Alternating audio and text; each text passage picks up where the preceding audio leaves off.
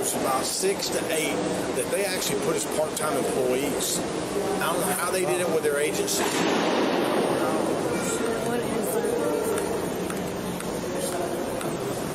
What are people running?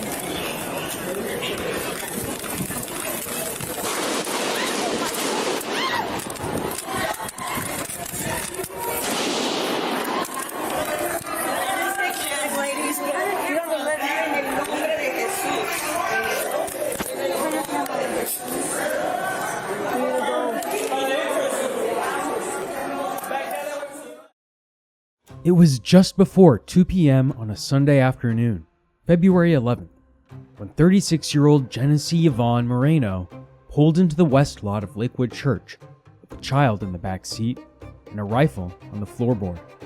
Lakewood, for those unfamiliar, isn't just a church, it's a megachurch. Home to Joel Osteen's televised sermons and a weekly flock of 45,000 congregants. It's a stadium-sized arena with tight security and a long history of dodging controversy. Moreno, a Conroe resident with a decades-long rap sheet and a well-documented history of mental illness, walked through the main doors carrying her 7-year-old son in one arm and an AR-15 in the other.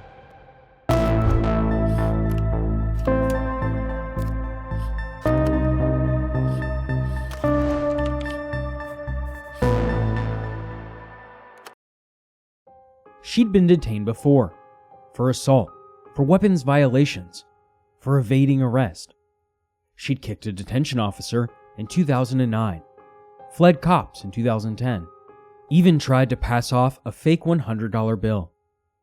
More recently, she'd been in the middle of a bitter custody dispute, accused of keeping the boy away from his father and broadcasting paranoid rants about, quote, psychopath teachers online.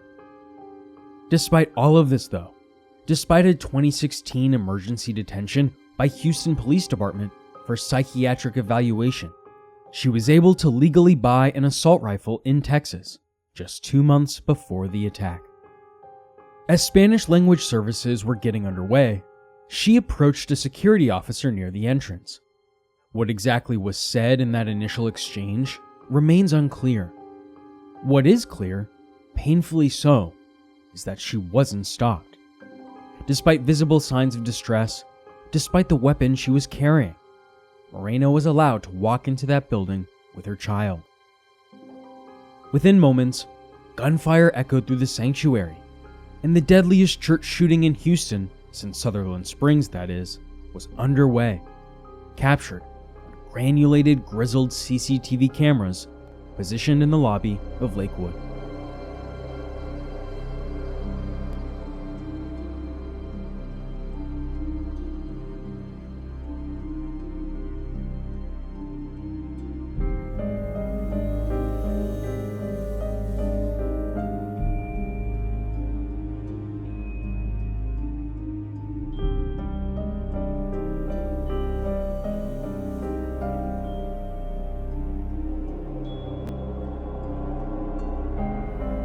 At 1:55 p.m. on February 11, 2024, just minutes after stepping through the doors of Lakewood Church, 36-year-old Genesse Ivonne Moreno pulled out an AR-15 style rifle and began firing. Witnesses heard at least 30 shots ring out in rapid bursts, bouncing across the walls of one of the largest megachurches in America. In the scramble, Moreno reportedly sprayed some kind of unknown substance on the floor, maybe accelerant, maybe just a distraction, and then told panicked bystanders, quote, "Stay calm, all I need is help." That same moment, she claimed there was a bomb in her backpack. The panic was immediate and overwhelming. Parents separated from children, seniors knocked to the ground, entire families crouched behind walls, chairs, bathroom doors, anything they could find. The children's daycare area went into lockdown immediately. Outside, the streets around the church sealed off, trapping even those who managed to flee. One man described seeing a woman flee the steps, stumbling, something falling from her hands. He thought she dropped something. Then, the shots came. He turned back to find his family, but another shot cracked just ahead. His family survived, physically unharmed, but emotionally fractured for hours behind locked church doors. 2 off-duty officers working security wasted no time. They drew their weapons and returned fire.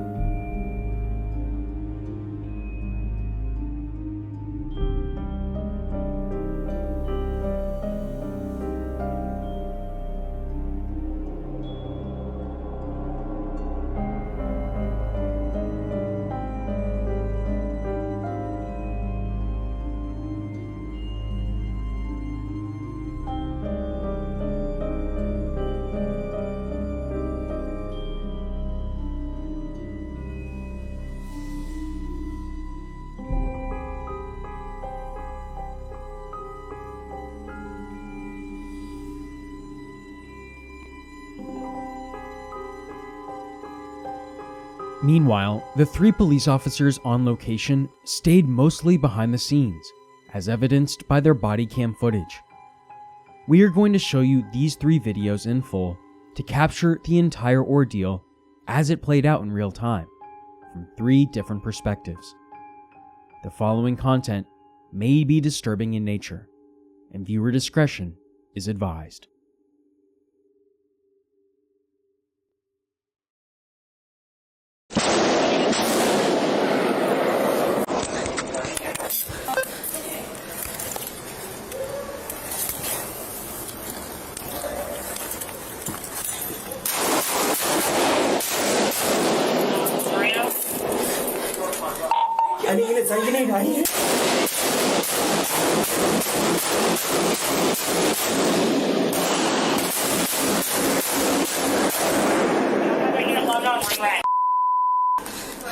Lakewood Church, Lakewood Church, Lakewood Church.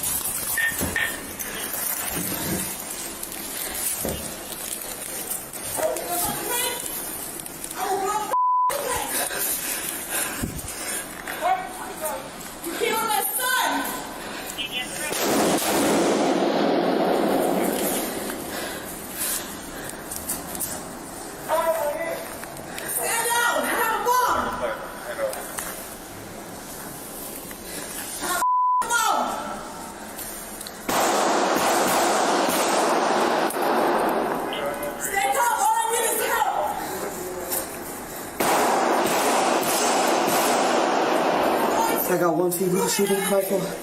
I'm pinned down against the wall corner.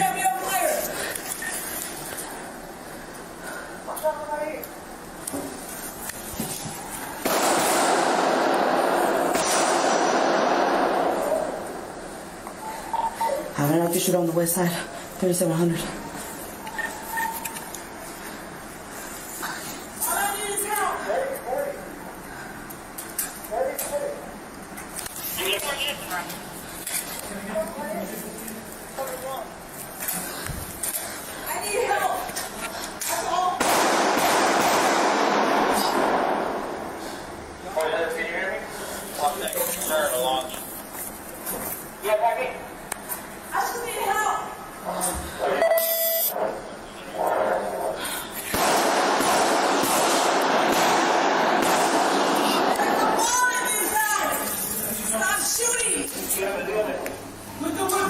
Suspect says she got a bomb. Put the weapon down! There's a bomb! Put the weapon down!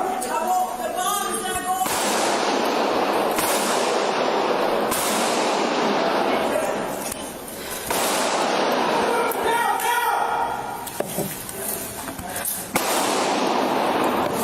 Blue, blue, blue, blue, blue, blue.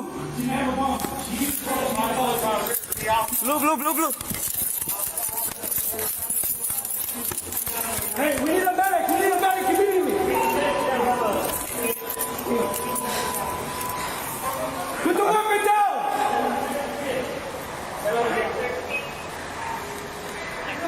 Hold on, watch out. Might be a bomb. Put it down. Hey, who has that radio? I can see this shit down. I need a medic. I have one young male conscious and breathing. He got shot in the head. I need medics. Cool. We need a medic. There's 223 shell casings. I thought she had 12. You just one shooter? Yeah, I just see one. She just came in. Yeah, but officer down here. You okay? Y'all been shot?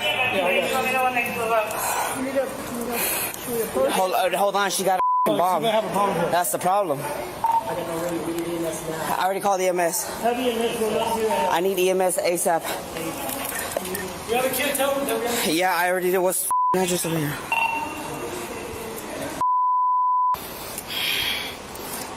Timmons Lane. Timmons Lane. I need him at 3700 Timmons Lane side. Adrian, stay back.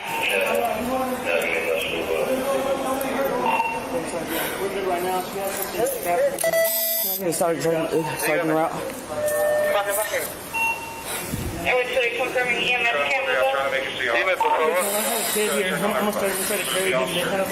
Is there anybody else who's been shot?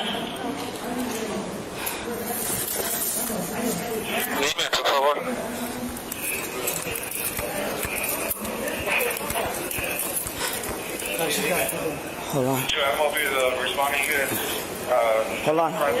You got gloves? Anybody got gloves? You got gloves? I got gloves. I got gloves. What do you need? Okay, take the weapon. Put the gloves on.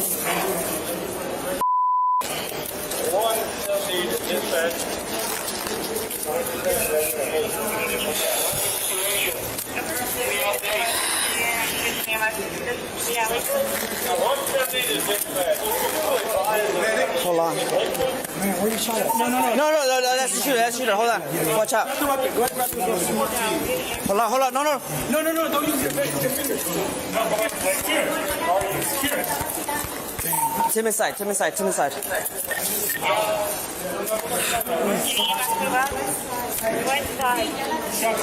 Suspect is down. I need EMS ASAP for one small child.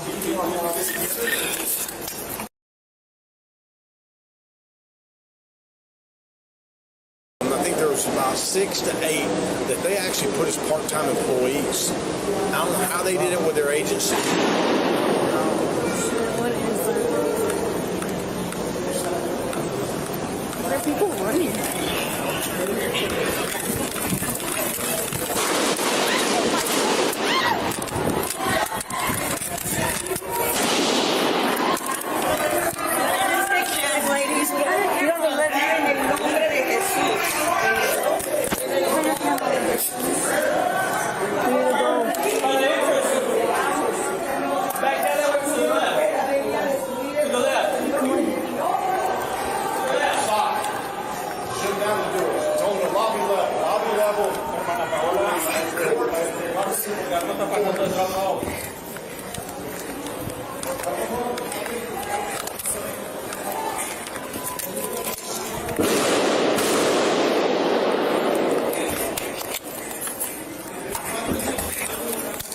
Wire loss.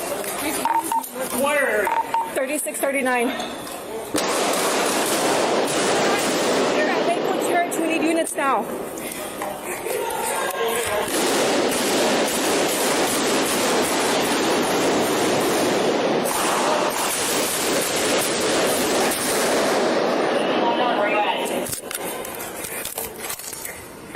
We are at Lakewood Church. We need units at Lakewood Church. We need to go. We need to get closer. Oh, they're coming. My camera's not working.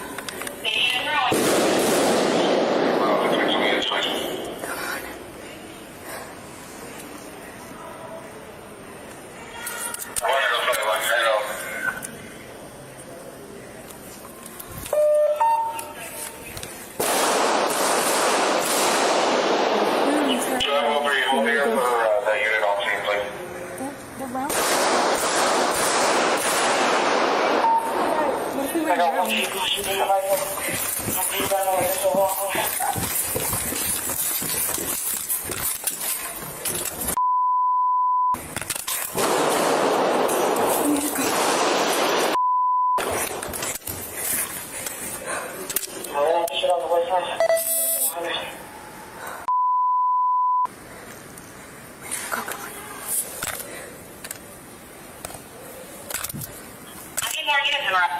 It's probably coming. Careful.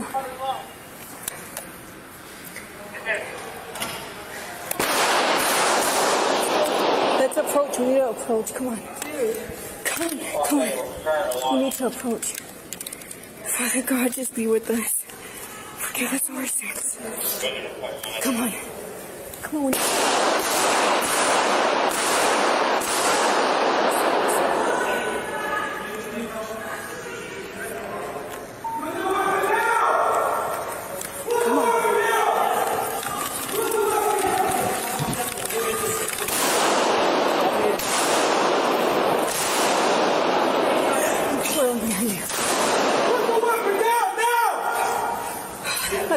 She's up.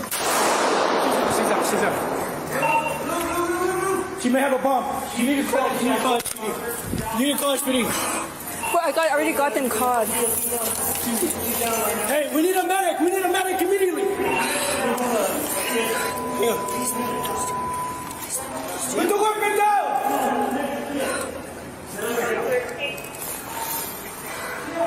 Hello, what's up? It might be a bomb. Hey, who has that radio? You guys are ready? Yes, we already got it. We need a bomb squad. We may need bomb squad. Any more outstanding? We don't know yet. We have a kid that's down. Possibly bullet. We need a medic. Hey, get a medic. 223. Hey, is this just what you?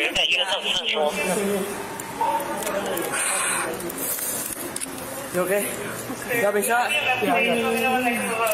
We need to, should we approach? Hold on, she's out. She might have a bomb here. That's the problem. I already called EMS. Have EMS roll up here. I need EMS ASAP. You have a kid? Tell them. Yeah, I already did. What's can I just... Yeah. It's okay. They won't scare you. These are PPAs. Where's my ambulance at? We have a child that's down. We need vitamins. Circle Drive.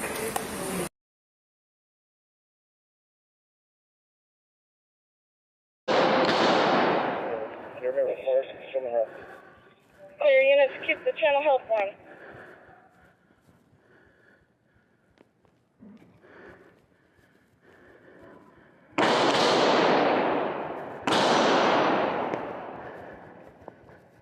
Do you have the description? No, ma'am. Sir.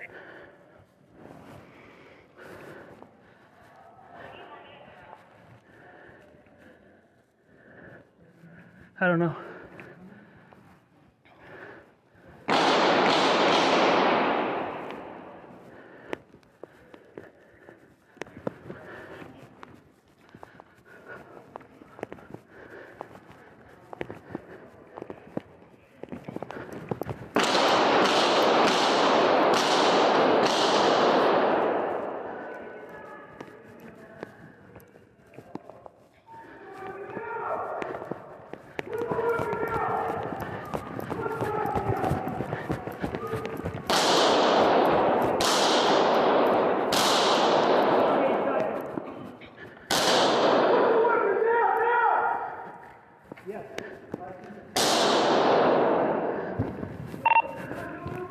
She may have a bomb. She got to call her. 42 item 28. It's going to be a female. She's down right now. We need a medic. We need a medic immediately. We have a kid.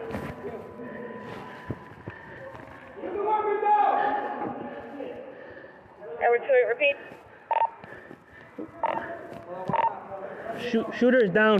Looks like she has something strapped on her chest. We need a bomb squad. Clear, do you know if we have any more outstanding? We don't know yet. We have a kid that's down. Possibly bullet to his head. Hey, get him in. 223. There's anyone out there with you? We have other officers out here. Sir, we have EMS stage. Let me know when they can move up. I got no radio. That's the problem. I already called EMS. Have EMS roll up here at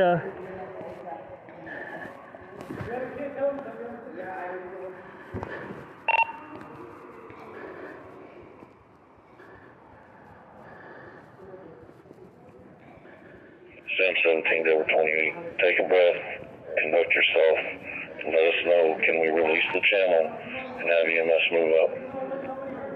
Hey, Sergeant, we're good right now. She has something strapped on her. We're trying to figure it out. Moreno went down, as did her 7-year-old son, caught in the crossfire. It had been less than 4 minutes. At 2:07 p.m., Moreno was pronounced dead on the scene. Her son was rushed to Texas Children's Hospital in critical condition. He would undergo emergency brain surgery that same afternoon, including removal of part of his frontal lobe. That night, FBI agents swarmed Moreno's home in Conroe. With the threat of a bomb still looming, they searched for explosives, firearms, anything that could explain what happened. There were no bombs, though, and no other weapons were found. But online, investigators uncovered something darker. Dozens of anti-Semitic writings, conspiracy theories, and extremist activity tied to Moreno's accounts. Rumors exploded before the dust even settled. False alarms swept through Houston, businesses evacuated, citizens terrified. But Moreno had acted alone. By Monday, officials confirmed it. Just one shooter, just one gun. No bombs, no second suspect. By Tuesday, her name was released. Genesse Ivonne Moreno, born August 21st, 1987. A long history of run-ins with police, the aforementioned assault on a public servant, theft, forgery, weapons charges. In 2016, she'd been placed under emergency detention by Houston PD. All documented signs of serious mental illness. Her ex-mother-in-law, Rabbi Wally Carranza, would later say Moreno had schizophrenia, that she'd become violent in the past, that she went off her medication after giving birth, that she tried to warn someone, anyone, but the system didn't listen. Carranza had even filed for a conservatorship of the child 2 years prior. She was, of course, denied. In the days that followed, the horror only deepened. Moreno's AR-15 had Palestine written on the side. Her personal writings, posted across fringe internet forums, praised Osama bin Laden and peddled other anti-Semitic conspiracies. Investigators believed the shooting was linked, in part, to an ongoing family dispute. Her ex-husband's family was Jewish, but no official motive had ever been declared. Moreno's son miraculously survived. He was removed from the hospital 13 days later and placed with his paternal grandmother, who herself would pass away in 2025.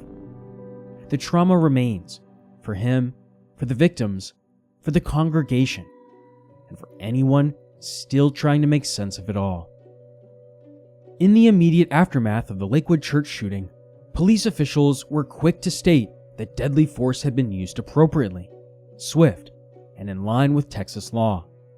But what followed wasn't clarity. It was a wave of scrutiny, not just over the shooting itself, but over the cracks in every system meant to prevent something like this from happening. Mental health, guardianship, firearms access, red flag laws that don't exist in Texas. The story that emerged wasn't just about a woman who brought a gun to church. It was about a state and a country that repeatedly ignores every flashing red light until it's too late. While police procedures became a point of focus, especially among those analyzing tactical performance, public reaction settled firmly on 3 things: the bravery of the security guard, the failure of the responding officers, and the unimaginable trauma of a 7-year-old boy caught in the crossfire. That child who reached for his mother, who flinched at the sound of gunfire, who didn't seem to understand what was happening, became the center of national grief. Many believed he had no idea his own mother was the shooter. Some viewers called her actions disgusting. Others described it as using him as a human shield. Body cam footage showed the police officers hesitating. Some ducked behind walls. Others failed to provide aid after the scene was secured. One officer was caught on video running back and forth without engaging. Critics online compared it to the Uvalde massacre. They questioned whether these officers had ever been prepared to face a threat like this. In contrast, the off-duty security guard, who acted decisively, alone, was praised almost universally. Many assumed he was ex-military. Many more asked why he was the only one who responded with urgency. But even the failures of law enforcement weren't the most dominant force in the media landscape. That distinction belonged to a conspiracy theory. Within hours of the shooting, far-right influencers began pushing the claim that the shooter was transgender. The sole piece of, quote, evidence was a decades-old alias used in past legal filings, Jeffrey Escalante. That was it. From there, libs of TikTok, Fox News, and congressmen like Marjorie Taylor Greene and Josh Hawley turned it into a full-blown culture war event. Greene falsely claimed the shooter was from El Salvador. Hawley called for a hate crimes investigation. Fox News published and then quietly edited the headline, misidentifying the shooter as transgender, without correction or retraction. Authorities had already clarified Genesse Ivonne Moreno was a biological female, the mother of the child, and had used male and female names over time, likely the result of instability or legal confusion, not gender identity. Still, the lie took off. It spread faster than the facts, redirecting public discourse from mental illness, gun access, and child endangerment to yet another round of manufactured outrage. The consequences weren't just rhetorical. GLAAD warned that the disinformation would add fuel to ongoing attacks against trans people, their families, their doctors, and the places that support them, schools, libraries, even hospitals. And they weren't wrong. As trans rights attorneys pointed out, there were no retractions, no apologies, just silence once the lie had served its purpose. And that's the thing. This wasn't a mistake. This was a pattern, a deliberate move to hijack public grief and weaponize identity politics against vulnerable communities. This shooter was not transgender. She was not from El Salvador. She was not part of a political movement. What she was, confirmed by family and medical records alike, she was a mentally ill woman with a long history of instability and violence, who legally obtained a weapon of war in a state that never stopped her. That's what this case is, and was.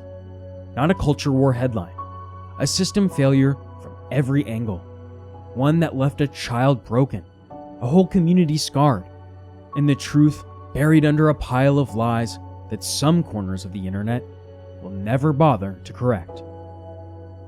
For all of us here at the Evidence Room, we hope this video will be the first of many to make that exact correction happen. Our thoughts are with the families of those affected.